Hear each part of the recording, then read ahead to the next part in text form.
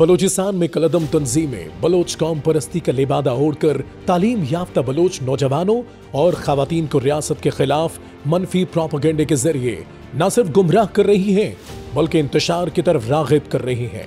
अपने personal interest और handlers के टारगेट्स को अचीव करने के लिए नौजवानों को बलोच या कौमी जंग बताकर रियासत के खिलाफ बगावत पर उकसाती हैं। बलोच स्टूडेंट्स के हाथों से कलम छीनकर कलाशन कोफे थमाई जा रही हैं। ये भी हकीकत है कि बलोच कौम को गुमराह करने में BLA की प्रॉक्सी बलोच यकजहती कमेटी और मुल्क दुश्मन एजेंट डॉक्टर मारंग बलोच का मरकजी रोल है, जिसने अमन दुश्मनों को जबरी गुमशुदा अफराद बनाकर बेबुनियाद धरनों और एहतजाजों में नेगेटिव प्रोपेगेंडे के जरिए गयूर बलोच नौजवानों के सामने ये राग बार बार अलापा कि वो अपने अमाल के जरिए अपनी कौम की खिदमत कर रहे हैं। शारी बलोच, समिया कलंदरानी बलोच जैसी आला तालीम याफ्ता खवातीन को रियासत और रियासती इदारों के खिलाफ इस्तेमाल किया जा चुका है, जबकि यह सिलसिला ताहाल जारी है। इस बात का भी इंकशाफ हुआ था कि BYC की रूह रवां डॉक्टर मारंग बलोच ने नवंबर 2024 में नॉर्वे के शहर ओस्लो में एक कॉन्फ्रेंस में शिरकत की थी और शिरकत की बिना पर उसे $1 मिलियन फराहम किए गए थे। इसी रकम से $2.5 लाख बलोच नौजवानों की ज़हन साजी के लिए इस्तेमाल किए गए। क्योंकि मारंग बलोच खुद को तो आम डॉक्टर कहती हैं, ना उनका कोई कारोबार है, इसके बावजूद इतने बड़े धरने में लोगों को इकट्ठा करने और बसों के इंतजाम के लिए फंड्स कहां से आते हैं? जबकि BLA छोड़ने वाले तलत अजीज के इंकशाफात ने भी BLA और बलोच यकजहती कमेटी के एजेंडे को एक्सपोज कर दिया था।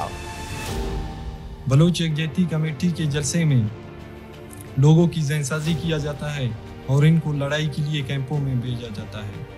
उन्होंने मुझे कायल किया कि मैं एक ऐसे दहशतगर्द तंजीम का हिस्सा बनूं जो नहते मजलूम और मासूमों की कत्ल करती है। उन्होंने मुझे ये कहा कि मुझे पहाड़ों में जाकर एक नई जिंदगी मिलेगी, जबकि वहाँ पर हालात उसके बरक्स थे। जब मैंने पहाड़ में BLA वालों से पूछा कि आप लोगों का पहाड़ों में रहने का क्या मकसद है, तो उन्होंने मुझे ये कहा कि हमारा जंग पंजाबियों के साथ है और ये दहशतगर्द हर टाइम कैंप में बैठकर पंजाबियों को मारने का प्लान बनाते थे।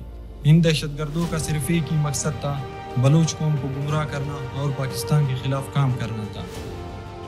अब सवाल ये पैदा होता है कि मारंग बलोच किस एजेंडे की तकमील के लिए स्टूडेंट्स को गुमराही की तरफ ले जा रही हैं? क्यों उन्हें तालीम से दूर किया जा रहा है?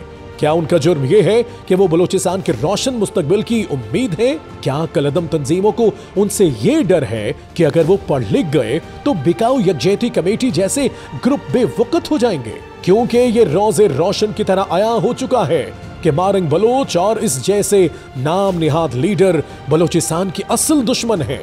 और अब हर पाकिस्तानी ये सवाल कर रहा है कि जब मजदूरों को बड़ी बेरहमी से शहीद किया गया, उस वक्त इस इंसानी हकूक की नाम Nehad leader doctor Marang Bloch के मुंह से इजहार हमदर्दी का एक लफ्ज भी अदा न हो सका, क्योंकि इसका एजेंडा कौमी यकजहती को तबाह करने, अवाम को गुमराह करने और बदअमनी फैलाने का है, ताकि बलूचिस्तान तरक्की न कर सके।